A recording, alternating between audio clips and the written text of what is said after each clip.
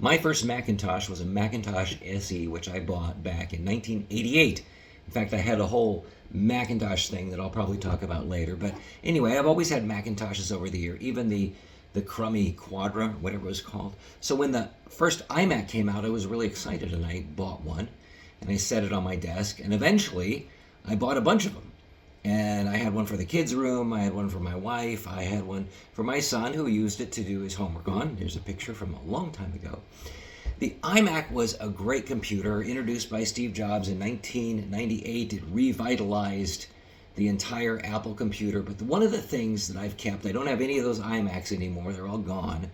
They were CRT monitors, they had a CD-ROM drive. But the thing that I kept from my iMac was this. I kept the mouse. Now, it's a USB mouse, USB 1 mouse, because it's white. And it was this often called the hockey puck mouse, because this is probably the worst computer mouse ever designed. Which is weird because the iMac was so cool. It looked so neat. Everyone loved the design, the colors. Eventually it came with patterns.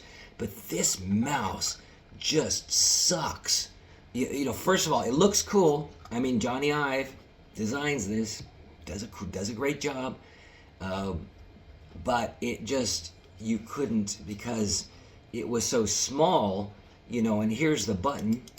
And it just, you couldn't, it was horrible. So if you had an iMac, you'd buy another USB mouse to use with it. But for trivial purposes, and just to reminisce, I kept this mouse. And when I dug it out of my boneyard where I keep all my old computers, I plugged it into my PC and it still works. It has a mechanical, you know, roller ball on the bottom. So anyway, this is another blast from the past. I don't have any of those iMacs anymore, but I did keep the horrible, terrible hockey puck mouse.